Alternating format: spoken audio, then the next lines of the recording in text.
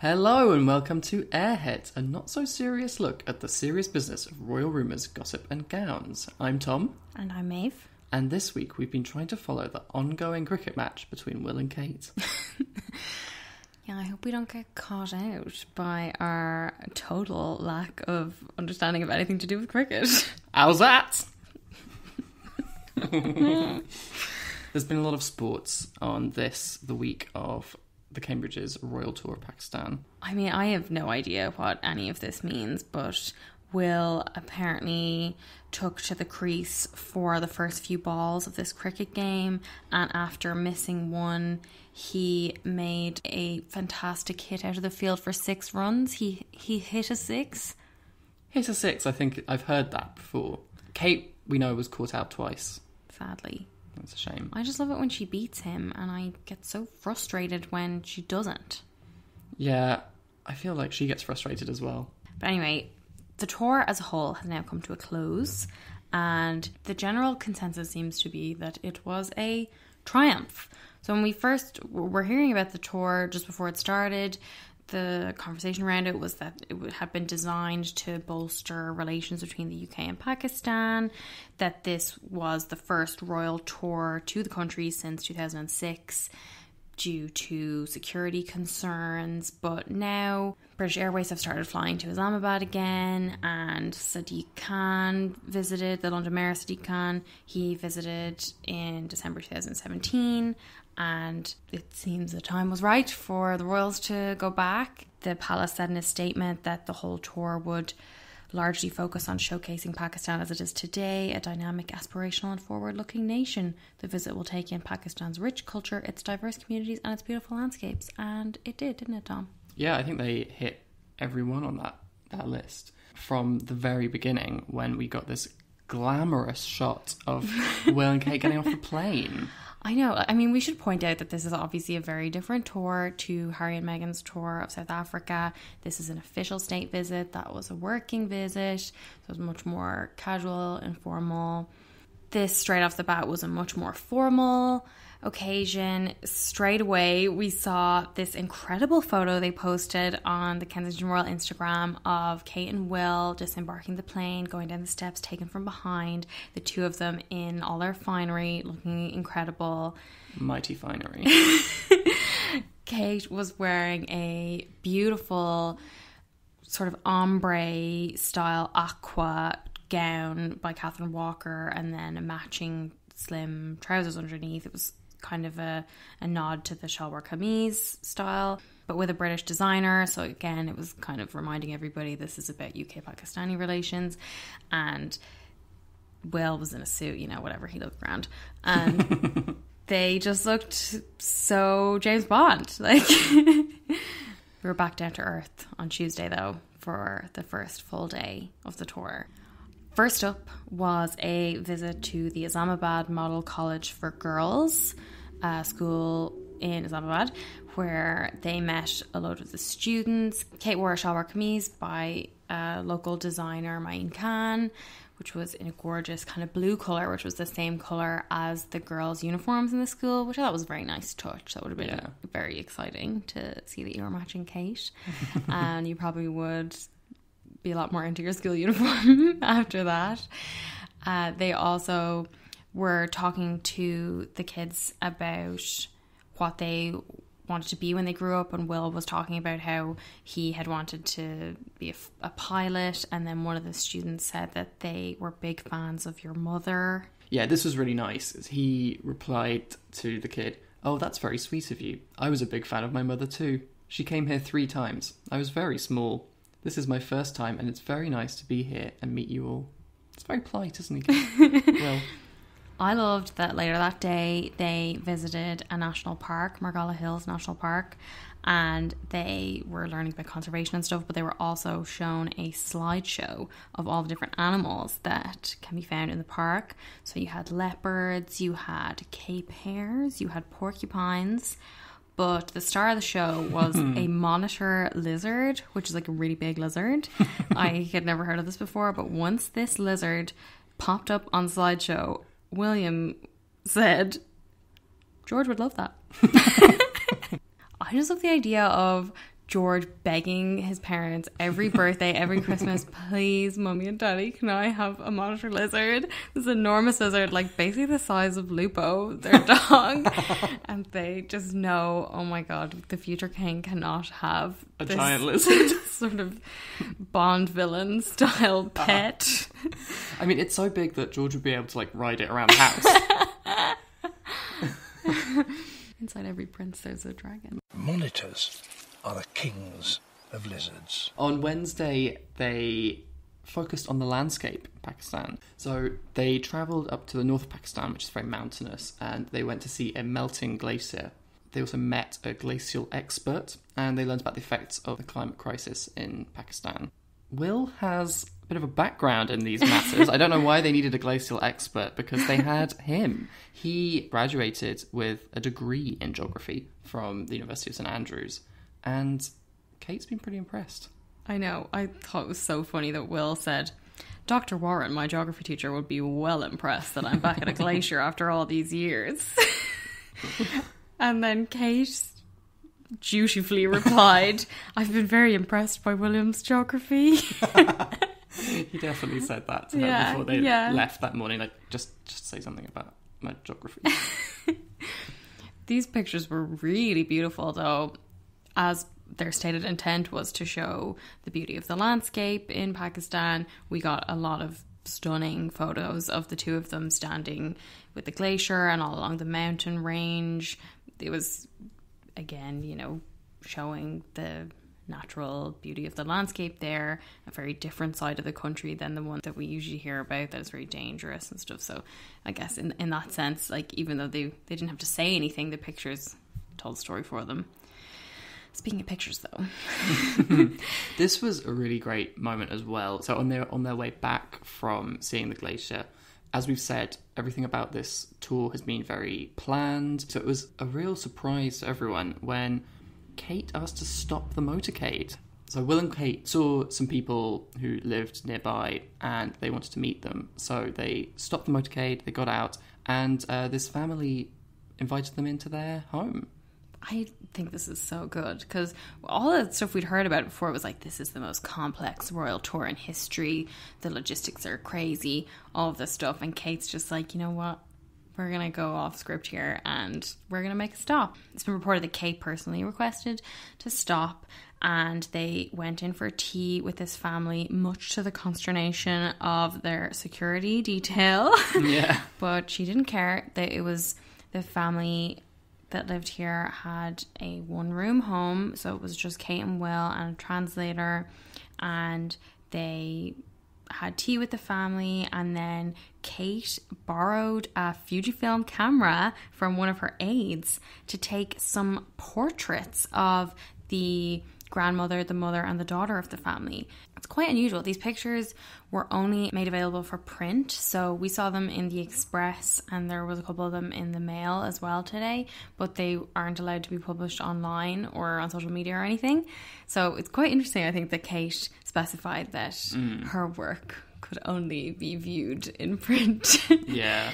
And they were definitely not what I expected from Kate. No way. I thought they'd be, you know, holiday snap style. Yeah. Some nice smiling pics of the family. But the Express had likened it to that famous National Geographic cover of the young woman with the headscarf.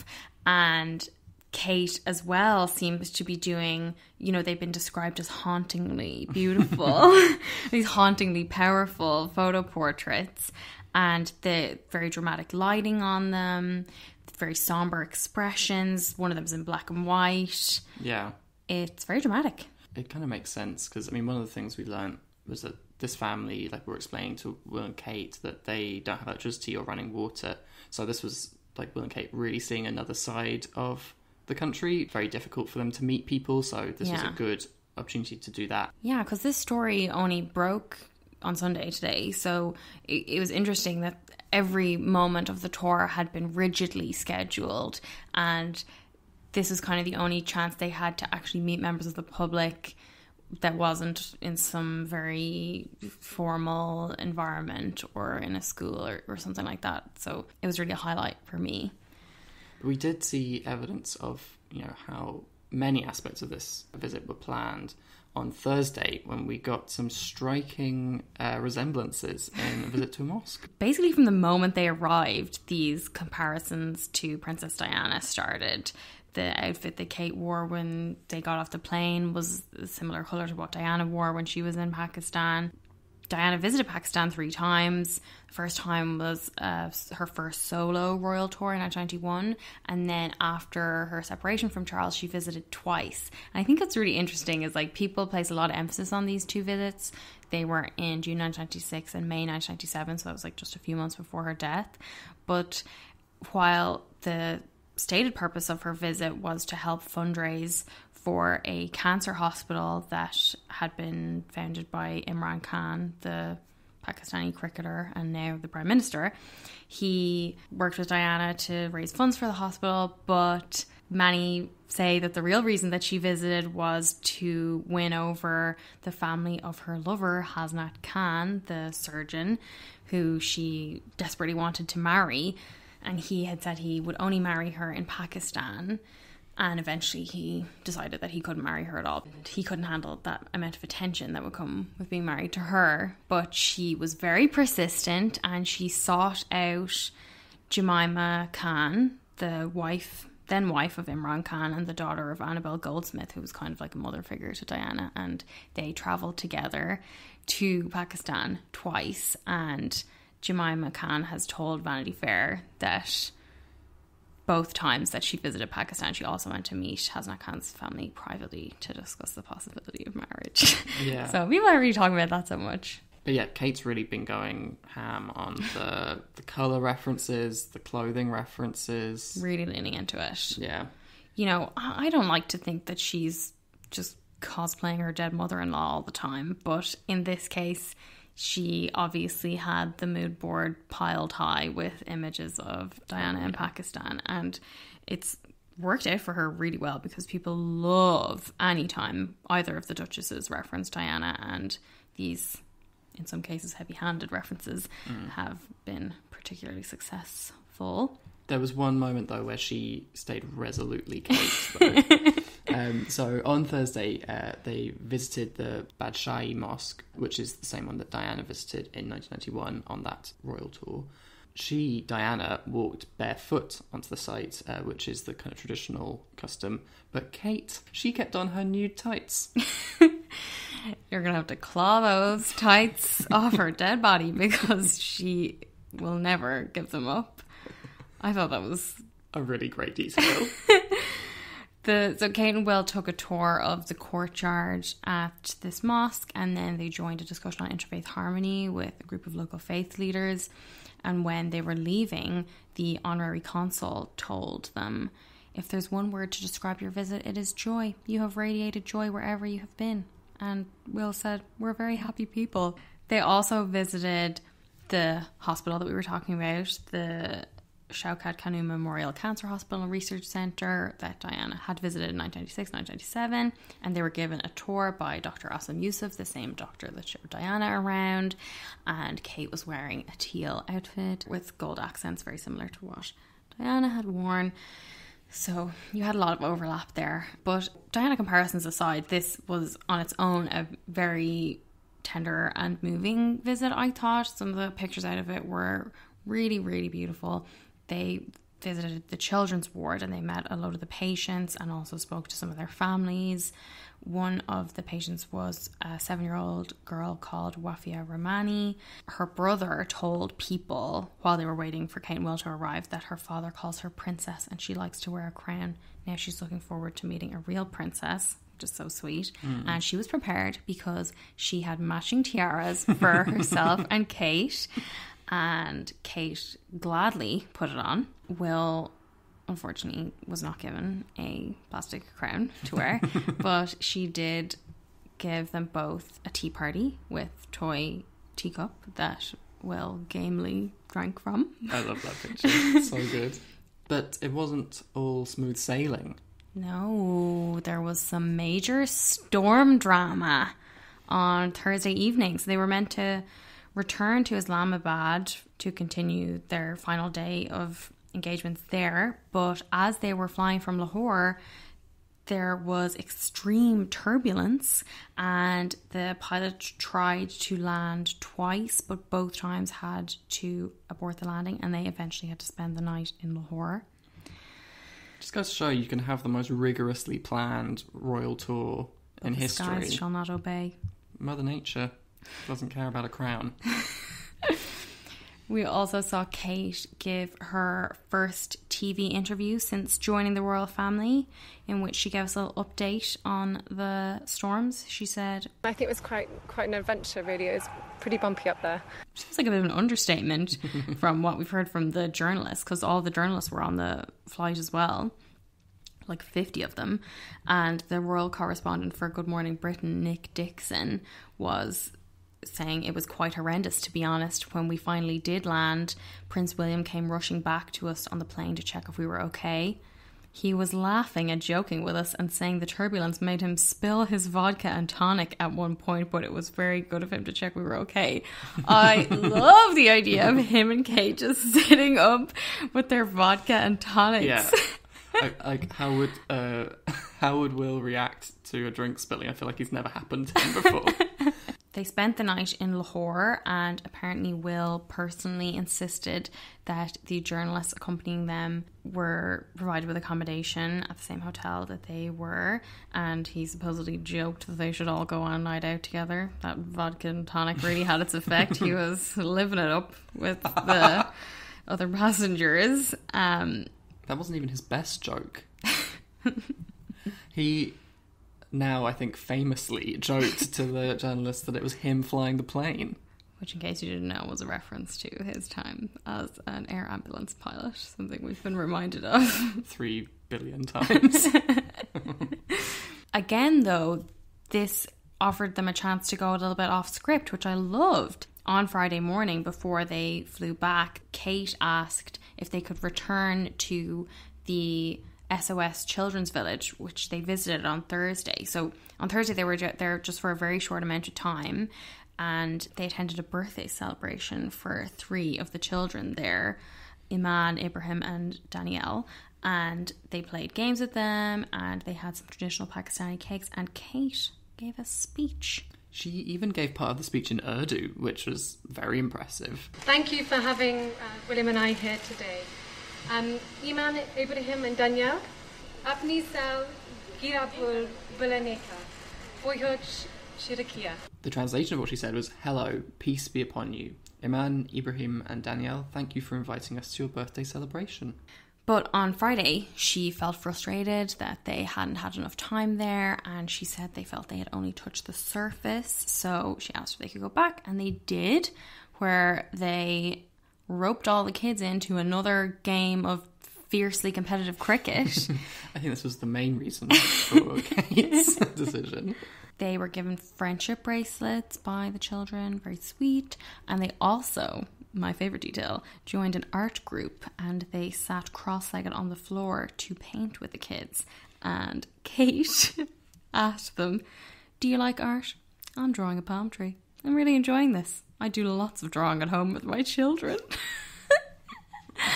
I love Kate the artist. I like the snail she did a few years ago, and I really love the idea of her painting a palm tree. Probably one of her favourites from Mystique. I would love to see this drawing of the palm tree. She said afterwards that she was so glad they came back to get the full picture. So she could finish the full picture of the palm tree. But that wasn't all, because we got our first Kensington Royal caption personally written by Kate Middleton. We got some behind the scenes pics from these engagements on Friday. Interestingly, the first one was of Will with the kids, even though the caption was by Kate. Obviously very purposeful. And then, yes, this caption: "The community at the SOS Village is built around family, and the best possible family you could imagine, where everyone comes together to nurture, love and protect the children in their care. These vulnerable children, many who have come through traumatic circumstances, are nurtured in this caring environment and are able to form these quality relationships that they so desperately need to thrive. M. Catherine." They got to do another really, really cute engagement, though. Oh my god. My other highlight of this tour was their meeting with dogs. They went to an army canine training facility where the puppies were being trained to locate explosive devices. And Kate and Will got to call 2 dogs, Sky and Salto, out on an agility course. Oh, you just have to look at the pictures of this. I'm sure you have already, but they are adorable. There's one of the dogs giving Will a kiss. So cute. Kate feeding the dogs. Adorable. This was probably stupidly, but my favourite thing they did. The tour really focused on their strengths, so it allowed them to do the things like playing sports. They love sports, very competitive. With children, we always talk about how Kate's so good with children, and then with animals. The local people were, from what we heard, so thrilled to have them there, but there were moments of it that I felt like a little bit uncomfortable with. You know, there's always going to be that inherent colonialism of members of the royal family visiting Pakistan, and it does have this kind of echo around the tour, but there are layers to it, obviously. So at the same time as it's evoking this long history of colonialism, it's also great for Pakistan. It's a real boost for tourism. The Pakistani people apparently feel very honoured by the visit and by Kate wearing all the traditional garments and the local designers. So, you know, it's multifaceted. It's not just one thing, but certainly some of the pictures left a bad taste in my mouth. But they weren't the only members of the royal family who had big and pressing engagements this week. On Monday, the Queen opened Parliament again. So she had to give the Queen's speech, which was not written by her, but by Boris Johnson and his government. She reportedly demanded that Boris provide her with a speech a week in advance, because she was so worried about having any further embarrassment from this whole debacle. Cabinet source told The Sun that Number 10 is pretty worried they've hit rock bottom with the palace.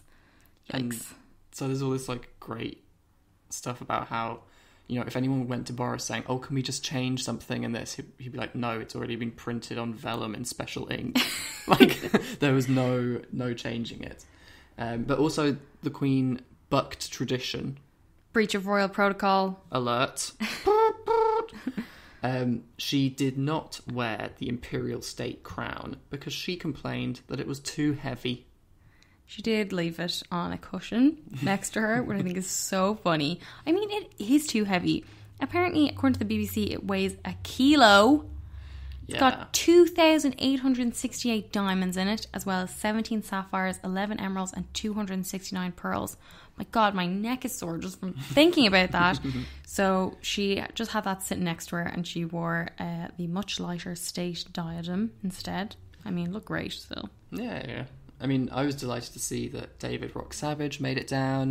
Marquess of Cholmondeley came down from Houghton Hall, and he brought the special chairs with him. So that was great. And Charles was there. Camilla got her own little seat off to the side because Philip wasn't there, so we had Camilla instead. Fantastic. Well, imagine if you invited Philip to a party and then Camilla came instead. You'd be delighted. We also got a very rare joint engagement for the Queen and Camilla on Tuesday when they attended a service at Westminster Abbey to mark 750 years since the rebuilding of the Abbey. We hardly ever get to see the Queen and Camilla doing stuff together. Without Charles. Yeah, he's always there. But yeah, there was no buffer, there was no Kate, it was just the 2 gals. Camilla seemed to be trying out a new hat style. We got more of one of those voluminous headbands that Kate seems to love. But, you know, we prefer those sweeping sombrero styles. But Camilla has been so busy this week. She has been hanging out with poets. She was with Maggie Smith, and my favourite, she met the joint winners of the Booker Prize at a tea in Clarence House. For the first time ever, there were 2 winners of the Booker Prize. So Bernardine Evaristo won for her book Girl, Woman, Other, and Margaret Atwood also won for her sequel to Handmaid's Tale, The Testaments. Camilla is reportedly a fan of The Handmaid's Tale, which I love. I cannot imagine what her conversation was like with Margaret Atwood. Welcome to Gilead. Oh my God! But when asked about it, about how she enjoyed her time at Clarence House, Margaret Atwood said, very nice carpets and pictures. Okay, great gowns, beautiful gowns. But Bernardine Evaristo said after meeting Camilla, it was lots of fun. She's very, very funny and very engaged in literature and literature projects. I love that. What did she say that made Bernardine Evaristo think, wow, this woman is not just funny, but very, very funny? Are we going to get a Netflix special? But one thing that was entirely without controversy was the WellChild Awards. On Tuesday, we had Harry and Meghan out. Harry goes there every year. He is a patron. It's an awards ceremony that celebrates children with severe illnesses. We saw Meghan re-wearing her engagement dress, that green Peroche dress, and also the Stentler coat that she wore at Christmas a few years ago. And so I thought this was pretty clever because they would have known that anything that they did would have been seen as trying to overshadow the Pakistan tour. So Meghan went with a rewear, but it was a very special rewear because this is such a famous dress that everybody knows from that engagement announcement. So it's in Madame Tussauds. You'd still be really excited to see it. But so much of the conversation around it was all these like horrible people talking about how it didn't fit her. And again, this is a woman who recently had a baby, so we are not going to be having a go at her body. But she evidently had some doubts about it, and she was feeling self-conscious because we learned when her and Harry met with a little girl called Emmy Narayan Nicholas, who's 10, and her mother Eve, that Eve told reporters Meghan and Harry were very lovely. When she sat down, I said, "Oh, you look amazing, and you've just had a baby." He looked at her and went, "See, I told you." That's so sweet. This melted my heart. Very romantic. But it was a big night for Harry too. He gave a speech at the awards and he got quite emotional. He recalled how at last year's awards he and Meghan had known that they were going to be welcoming their first child, but they were the only people that knew. He said, last year when my wife and I attended, we knew we were expecting our first child. No one else did at the time, but we did. And I remember...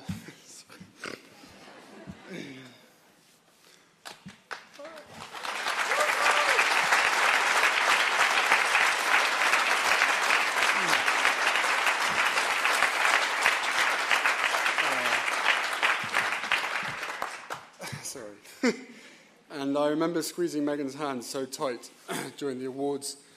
And both of us were thinking what it would be like to be parents one day, and more so what it would be like to do everything we could to protect and help our child should they be born with immediate challenges or become unwell over time. And now, as parents, being here and speaking to all of you pulls at my heartstrings in a way I could never have understood until I had a child of my own. It was very moving and I think quite important to see Harry so publicly kind of emotional, thinking about his family. yeah, but he was slammed for it. We saw a lot of reaction this week that he was taking the spotlight off the children. He was making the moment about him, that his tears were out of place, which again just seems like people criticizing him for something that they have praised others for. If we can encourage men to be more open about their emotions, and then when somebody does, we attack them for it. I mean, this is why so many people find it so hard to be open about these things. We saw a lot of emotions from these two this week, though, because we also got a few early clips from the documentary that's airing tonight on ITV, Harry and Meghan, An African Journey. We heard about this documentary a few weeks ago. It's being made by Tom Bradby, who has made a couple of other documentaries about Harry's work in Africa, going back to when Harry did his gap year in Lesotho. And now this documentary is going to be airing, and in advance of it we had a clip of Harry and one of Meghan, and Tom Bradby has written a piece in the Sunday Times talking about the experience of making it. In it, he says he couldn't help but notice how incredibly tired, even burnt out Harry looked, even halfway through the tour. He says Meghan described them as existing, not living. He writes that both of them in this trip came across as more vulnerable and bruised than the spoiled, petulant, arrogant and entitled caricatures that are sometimes tied to the public whipping post. It was... this whole thing is very raw. It's very difficult to watch. Everybody's been talking about the clip of Meghan, which is just heartbreaking. Yeah. And it's particularly interesting to me in that it looks like it was filmed just in the gardens where they had met Nelson Mandela's widow. She's wearing the same outfit. Like, it's not in a studio or in a room with somebody there to like do makeup touch-ups or whatever. It's just like standing somewhere and getting like a quick few minutes with her. But it's so interesting for what Meghan doesn't say and the look in her eyes. You kind of only get part of the impact from reading what she said. Like when you watch her and see the expression on her face, it's so painful. The kind of standout line for me from that clip was... Thank you for asking, because not many people have asked if I'm okay. That's devastating. I really feel for her because, you wonder, is that a reference to the press or to other people in her own family? Yeah, to me that seems like it's the family. I mean, when you're part of a large family, that there are so many people in the royal family, and she's just had a kid, you'd think she'd be surrounded by people saying like, oh, how are you doing? How's it been? Especially from family members who go around talking about the importance of supporting families and the role of a family. But we're looking forward to talking about the documentary in a lot more detail after it's aired and we've watched it. Yes, but for now, Harry is definitely my quote of the week this week. He was asked by Tom Bradby if he feels at peace about his mother's death or if it's still a sort of wound that festers. And Harry said, I think probably a wound that festers. I think being part of this family and this role and this job, every single time I see a camera, every single time I hear a click, every single time I see a flash, it takes me straight back. So in that respect, it's the worst reminder of her life as opposed to the best. That is such a hard-hitting quote. Yeah. I guess it's something that we suspected about Harry for a long time, but we've never heard him articulate really that explicitly. Yeah. It must be so difficult, as we said before, feeling all the guilt over what is happening to Meghan since she married him.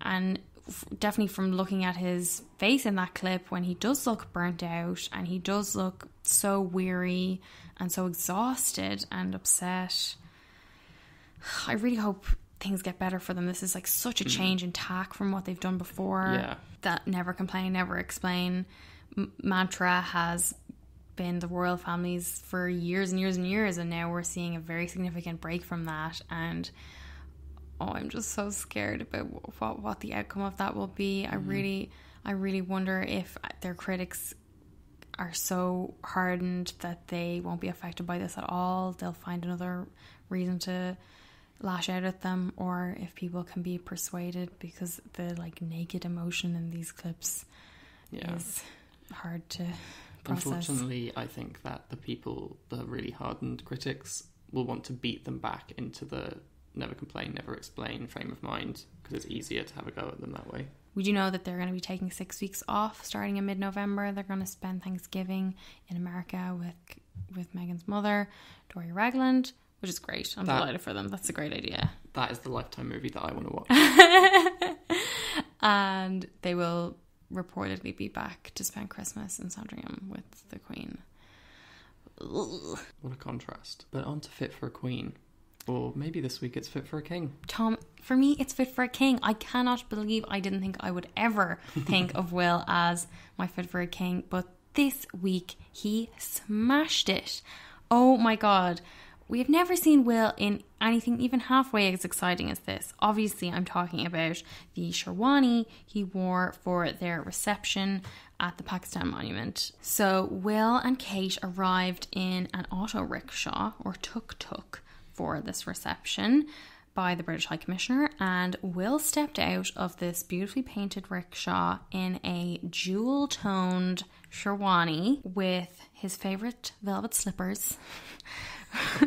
Of course he has favourite slippers. It was a stunner of a look. Oh my god, he's the first man in the royal family to wear formal attire in Pakistan. When Charles and Philip visited, they both wore certain traditional accessories and stuff, but in the evening they wore their usual suits. But with Will, he went the whole hog, and I think this is such an interesting show of sartorial diplomacy from a man of the royal family. We usually rely on the women to do that, but here was Will stepping up, massively stepping up. And I think the fact that he wore the full outfit rather than just an accessory was a real show of respect for the region, and showed that he was attempting cultural sensitivity rather than cultural appropriation, and really embracing and celebrating that traditional clothing. I liked that the designer Nauman Arfin, the brand's called Noshemian, and it's stocked in Onita, a shop in Chelsea in London. And the designer told people that it doesn't seem like Will was wearing something for the first time. He knows how to handle it and carry it. That was simply superb. It was my pleasure to design something for the royal prince. It was a dream come true. Usually people are more comfortable wearing the things they wear in their daily life. Maybe a suit and tie and shirt. Most people get uncomfortable if they're not feeling right. But I noted he had no fuss and was so comfortable wearing it. It was amazing. It was amazing. Apparently his stylists went into this shop in Chelsea, and the owner recommended some of their favourites, and then they went to visit Kensington Palace to make it like bespoke for him. That must have been the most exciting week for Will's stylists ever. I know. I really hope this is the start of a bigger trend for the royal men, please. Yes, please. I'm afraid I can't agree with you, because my fit for a queen has to be Kate.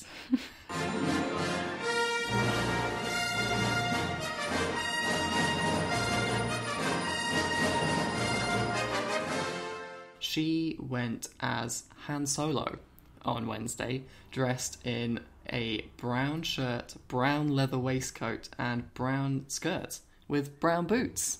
This outfit was something else. Well, you could say, in fact, it was really wild, because that's what the brand's called.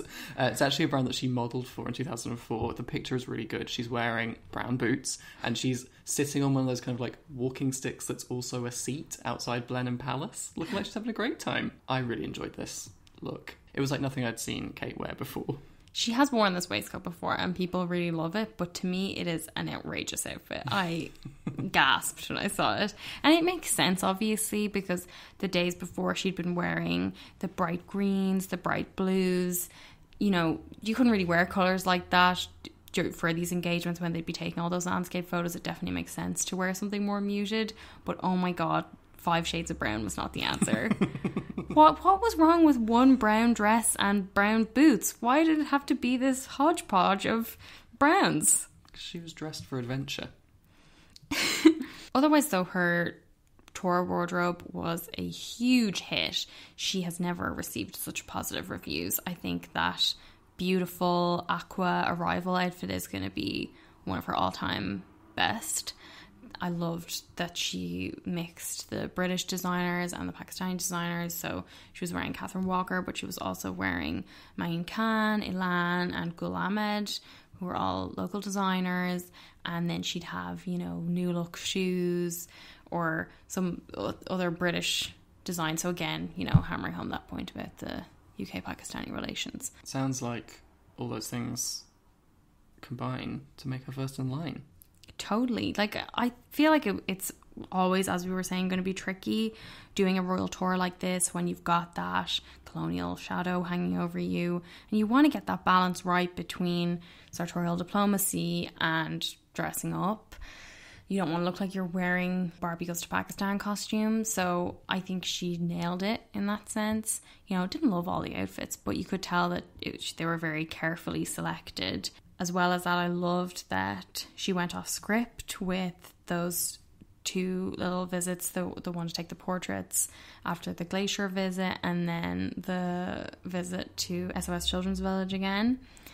So I liked that because the whole point of the tour was like, here's another side of Pakistan. It's not the dangerous place that the overarching image of it seems to suggest it is. But then all the other stories about how there's going to be 1,000 police officers following them makes it sound like, oh, it doesn't sound that safe after all. But if Kate can kind of book the itinerary and go off script like that, it works, doesn't it? Yeah. Well, and I think it's great that she made the Kessel Run in less than 12 parsecs. Next week we've got Meghan out on Tuesday attending the One Young World Summit. But every other night they'll be staying in watching TV just like us, because we've got 3 documentaries. There's 2 tonight, Harry and Meghan, An African Journey, and then we've got a Dispatches special on Prince Andrew and Epstein called The Prince and the Paedophile. Yikes. And then on Thursday we've got the first of a 2-part documentary on Prince Charles inside the Duchy of Cornwall, in which we learn that George is obsessed with tractors. So can't wait to find out more about that. We hope you come back and join us next week. If you like the episode, please rate and review us wherever you get your podcasts. You can find us on Instagram and Twitter at AirheadsPod, and on Facebook at Airheads. And in the meantime, have a great week. Bye. Bye. You've never heard of the Millennium Falcon? Should I have? It's the ship that made the Kessel Run in less than 12 parsecs.